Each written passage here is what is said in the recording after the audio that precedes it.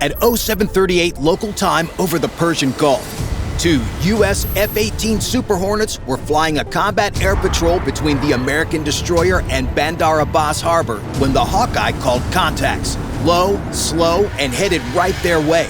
Shahed drones were lifting off the flight deck of a ship that was cosplaying as an aircraft carrier, the IRIS Shahid Bagheri. The pilots banked hard to intercept. They were about to shoot down every single one, but unknown to the pilots, that was exactly what Iran was counting on. The first F-18's FLIR, or forward-looking infrared, the thermal camera mounted on the nose you see here, picked up the Shahed at 11 miles. Thermal smudge against warm water, radar cross-section of a shopping cart. He selected a Sidewinder and waited for the tone. The seeker swept the drone's exhaust and gave him half a lock. The piston was the size of a lawnmower engine, putting out barely enough heat to distinguish it from the sun-warmed water behind it. Tone wavered, firmed, broke lock. He repositioned 30 degrees, trying to frame the exhaust against open sky instead of warm sea. Tone came back stronger. 2 seconds of solid track. The drone jinked left on its pre-programmed route and the angle collapsed. Gone. 2 attempts, no shot. The Shahed was 10 minutes from reaching the line of destroyers protecting the carrier, called the destroyer screen, the fleet's first and last wall of defense. And the missile seeker couldn't tell the drone apart from the warm water below it, which left the gun.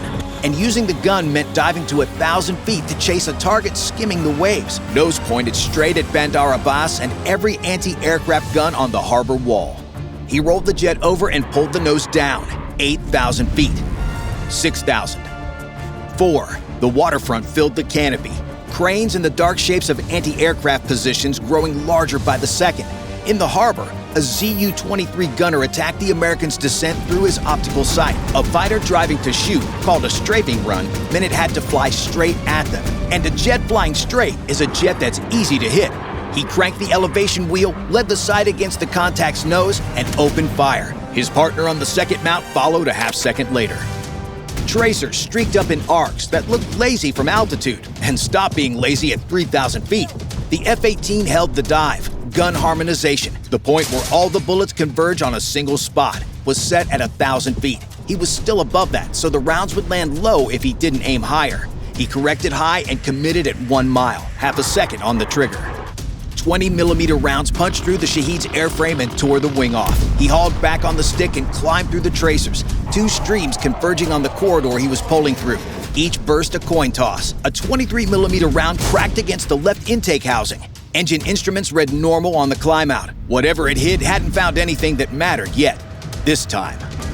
His wingman splashed 2 more on Sidewinders. Better geometry, cooler background. 4 intercepts between the 2 jets. And every time they climbed back to altitude, the Hawkeye called new tracks departing from the same bearing. The Bagheri was cycling drones off the rail at 1-minute intervals, each one a 50-foot kamikaze aimed at the fleet with enough explosive to ruin a destroyer's radar array. Military equivalent of a dollar store trying to bankrupt Costco. 1 cheap product at a time. The flight lead checked his rails. 2 Sidewinders left. His wingman had 3. 5 shots for a ship launching faster than they could shoot. Each Sidewinder cost $400,000. Each Shahed cost $20,000. The Bagheri was winning the economics 20-1, and the Americans were paying premium prices to swat discount drones, and the Zu-23 crews were getting closer with every pass. Then they saw it. On board the ship were 8 anti-ship cruise missiles. If they didn't take out their targets soon, those American destroyers would have a lot more to worry about than swatting a few drones. Both jets carried 1 LRASM, long-range anti-ship missile, or LRASM, under the wing you see here. They were also the only aircraft between the fleet and the drones still airborne. 2 missions pulling opposite directions from the same 2 pilots. The flight split. Lead pushed north toward the Bagheri, wingman stayed south, alone with 2 Sidewinders and a gun that put him inside the anti-aircraft envelope every time the seeker couldn't hold a lock. Inside the Bagheri's bridge, the captain tracked the split on his tactical display and understood the Americans' problem before the Americans did. 1 fighter heading north meant 1 LRASM. His Mehrab surface-to-air missiles existed for exactly this, point defense against a single inbound weapon. The real question was the southern fighter. As long as the American Combat Air Patrol stayed occupied chasing drones, his Charlie 802 anti-ship cruise missiles had a clear path to the fleet and was fast enough to put a destroyer on the bottom of the Gulf. But firing them meant switching on the targeting radar, and every passive sensor in the coalition would pinpoint his position inside 3 seconds. It's like kicking a hornet's nest, then standing still to see what happens.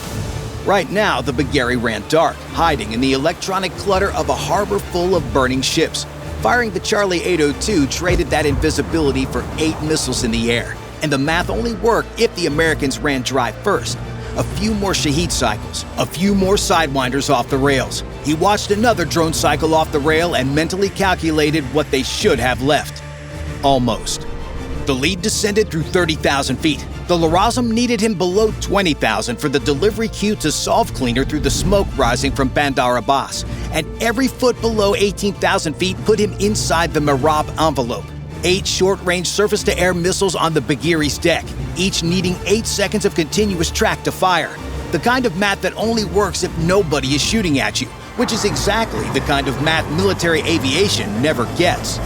25,000. The Mehrab search radar swept his altitude and moved on. Somewhere below, the wingman was rolling into the ZU-23 envelope again. 5 shots between the fleet and a ship that launched drones the way a pitching machine throws baseballs. And every 1,000 feet the lead descended brought the delivery queue closer to green and the Mehrab closer to a firing solution. The LRASM needed him at 16,000 feet. The Mehrab could reach out and touch him at 17. Almost 1,000 feet of airspace where both things were true at the same time. 23,000. The lead felt the Mehrab search radar wash over the airframe again. A brief electronic tickle on the radar warning receiver. A system sniffing but not biting. At this altitude, the return was still too faint to hold. Another 2,000 feet and that would change. The delivery queue on the heads-up display counted down like a fuel gauge running backward. The closer he got to release altitude, the closer he got to the SAM envelope, and neither number was negotiable. On the Bagheri, the Mehrab operator caught a return at 24 kilometers. Faint, the burning Shahed 2 miles south painted false contacts across half his display, smoke columns meeting humid air, generating returns that looked real until they moved wrong. He filtered manually, held the contact for 2 seconds before it faded. 6 seconds short.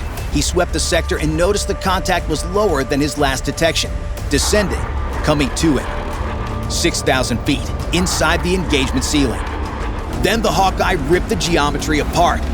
Top hat 1, bogey, fast mover, bearing 015, Mach 1.2 southbound, no friendly IFF. Identification, friend or foe, the encrypted transponder that separates allied aircraft from hostile contacts in a sky full of both. The E-2D interrogated Mode 4, nothing. Mode 5, nothing. Fighter-sized and supersonic, aimed at 2 Super Hornets that were nearly Winchester and out of position, a MiG-29 or a friendly with a damaged box, and the wrong answer meant either a Sidewinder in the face or a shoot-down on CNN. The lead locked the contact at 40 miles. What he didn't know, what he couldn't know, was that a Black Aces Hornet with a damaged transponder box was running south for a tanker, completely unaware it had just become the most dangerous friendly aircraft in the Gulf. It didn't maneuver, no jamming, no brake turn. An Iranian MiG pilot who knew he was locked would be pulling G's and dumping chaff. A friendly with a broken transponder wouldn't know that he needed to. One trigger pull was either the right call or front page news, and the information to decide which was the one thing this sky couldn't give them. Below, the Mehrab operator swept the sector and found the descending contact stronger now, closer. The delivery window was 90 seconds from opening. 2 unchecked Shaheds drifted south toward the fleet at 185 kilometers per hour, and the wingman was burning toward them on a fuel gauge that had stopped being a number and started being a prayer. Every second the lead spent chasing this contact was a second the wingman spent alone against drones he was running out of weapons to shoot with and fuel to chase. He held the course toward the bogey. The delivery queue went dark. The Bagheri kept launching. The Hawkeye cross-referenced the air tanking order, the master schedule of every coalition aircraft in theater. Nothing friendly on that bearing, but the ATO was a plan, and plans survive about 15 minutes once the shooting starts. A gap, an FA-18 from VFA-41 Black Aces diverted 15 minutes ago when it took damage from a near miss by an Iranian missile and was now heading south for a tanker. The bearing fit, the altitude fit. Fit is not confirmed. He slewed the forward-looking infrared onto the contact. At 15 miles, the image resolved. Twin tails, canted stabilizers, FA-18. A Black Aces Hornet with no idea how close it came to being the most expensive friendly fire incident of the war. He broke off and rolled back toward the Bagheri, 90 seconds burned. 4 miles of fuel gone chasing a friendly, and the delivery window was still open, barely. The cue flickering between green and amber as the geometry shifted with every second of repositioning. Those 90 seconds had punched a hole in the combat air patrol. 3 Shaheeds flew through it. The wingman snapped south, 1 Sidewinder left. He took the first drone at 4 miles, last aim 9 off the rail. Splash. Winchester on everything except the gun. He dove into the ZU-23 envelope and caught the second at 800 meters on the cannon. Tracers rising to meet him before he'd passed through 5,000 feet. The gunner's leading his nose instead of chasing his tail. He held the trigger, blasted the drone, and hauled back through fire that was denser than anything he'd flown through all morning. A 23mm round punched the fuselage somewhere behind the cockpit. The jet pulled left 5 degrees before he muscled it back. Hydraulic pressure on the left system dropped 10% and held. The flight controls felt heavier on that side, like steering a car with a slow leak in the power steering. Flyable. Not quite right, but flyable. The lead ran down the third on the forward-looking infrared at a deflection angle that the training manual doesn't have a page for. Nothing reached the fleet. The wingman was Winchester with a fuel state that meant 1 shot at the trap wire or he was swimming, which in the Gulf meant trading his flight suit for a warm bath nobody asked for. The Bagheri had launched 4 more drones while everyone was looking at a ghost. 16,000 feet, delivery cue green. The Mehrab search radar hit the airframe 1 more time on the way down. A full power pulse that lit up the radar warning receiver like a slot machine. But every delivery cue was already solved. Too late for the Mehrab, too late for the captain counting on it. LRASM off the trail.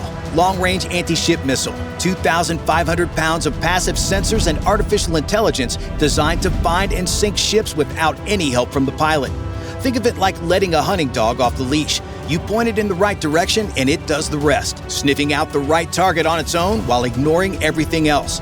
The jet jumped as the weight dropped toward the Gulf, broadcasting nothing, listening for everything. Second LRASM 30 seconds later. 2 autonomous weapons now running their own war. He broke left toward his wingman. Behind him, 2 missiles entered Bandar Abbas harbor on their own terms. The Bagheri's captain didn't know that the missile heading for his ship had been designed by engineers who spent a decade studying exactly how ships like this tried to hide. And hiding was the one thing his crew was about to try. The first LRASM swept the harbor at wave-top altitude, 15 feet above the Gulf, salt spray flickering off the nose cone, and locked the loudest electromagnetic signature in the basket, the IRIS Shahid. Distress transmitters howling across every frequency. Fire control radar still cycling on a hull that stopped being a warship 20 minutes ago. Half the harbor was on fire, and every ship was screaming electronically. A target-rich environment for a missile that picks its own targets. The seeker listened for 3 seconds and moved on. A sinking frigate screaming on every distress frequency sounds nothing like a warship still in the fight. And the LRASM had been trained on the difference. It swept south, found something quieter. Navigation radar pulsing at steady intervals. Radio chatter on Islamic Revolutionary Guard Corps naval frequencies. Like a tracking dog ignoring everything to track the one scent it was trained to find. It corrected course toward the Bagheri. 3 miles north, the Bagheri's crew had been drifting south since the strikes began, shutting down non-essential emitters, reducing the ship's electronic footprint to blend with the harbor noise. Smart seamanship from a crew that understood their ship was a converted cargo vessel pretending to be a warship in a harbor full of things that used to be warships.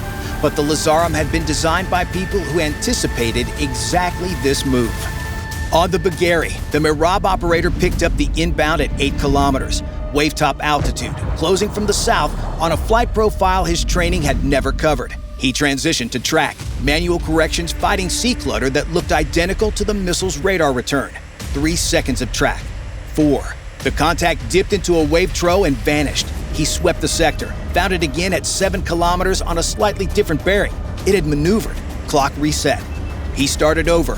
3, 4, 5, 6. He lost it for a quarter second in a wave trough, pulled it back. 7, 8. Solution, he fired.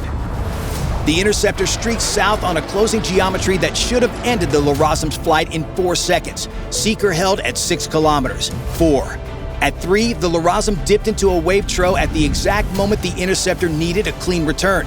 the radar picture smeared into the Gulf. The Mehrab detonated against empty water. $10 million of Iranian air defense development defeated by a wave. Meanwhile, above the harbor, the wingman was still in the fight, gun only, descending through an anti-aircraft envelope on a fuel state that left room for one pass. Not one pass per drone, one pass total. They weren't spraying anymore. They were waiting. 5,000 feet and the tracers didn't come. 4,000. Nothing. 3,000. 2 miles to the drone. He put the Piper on the tail section and waited for convergence. 1 mile. The tracers erupted from 2 positions, not behind him this time, but ahead, bracketing the corridor between him and the drone. A wall of 23mm steel between the Piper and the target. He held the trigger and flew through it. The Shahed tumbled. He pulled up and a round punched the airframe hard enough to feel through the ejection seat. The jet snapped 5 degrees right before he caught it. Not the same jet he'd pushed over in, but still flew. Above him, the lead caught the last drone on infrared. One long burst from altitude, the geometry that only worked because he still had altitude to spend. Nothing reached the fleet. On the bridge, the captain knew he was running out of time and reached for the Charlie 802 launch panel. This was the moment he'd spent the morning building. Combat Air Patrol dry. Fleet defenses chewed up by the drones he'd been feeding them for the last 20 minutes. 8 cruise missiles, 3 seconds of radar exposure from the air. His hand found the panel. He keyed the activation sequence. The aft launcher crew ran the targeting radar warm-up, aligning the first rail toward the American formation to the south. 3 seconds. That was all he needed. 3 seconds of radar to generate a firing solution. 8 missiles in the air before the Americans could react, and the destroyer screen would face a salvo it was not expecting. 900 meters south, the LRASM dropped below the Bagheri's radar horizon. 4 seconds to impact. On the port sponson, an Iranian gunner behind one of the Bagheri's 2 20mm guns heard someone screaming and swung the optical sight south. No radar cue, no tracking computer, a man, a trigger, and a glass optic pointed at the Gulf.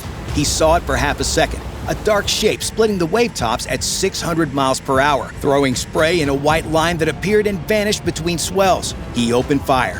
The cannon hammered rounds into the water where the missile had been a quarter second ago. The spray line reappeared 200 meters closer. He tried to walk the fire onto it. At wavetop altitude, at that speed, through an optical sight, it was like trying to hit a car on the highway with a garden hose from an overpass. He emptied the magazine. The LRASM didn't notice.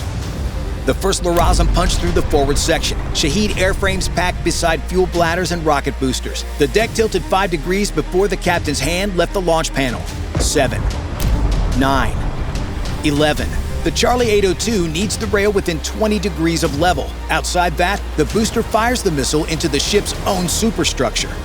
The second LRASM hit the waterline amidships. The Gulf poured through the commercial-grade hull never built for a 1,000-pound warhead. The ski jump that Iran bolted onto a 26-year-old cargo ship and called a flight deck tilted past 20 degrees, launching nothing. If you enjoyed this video, watch our other video on B-2 bombers pounding Iran. Bye for now.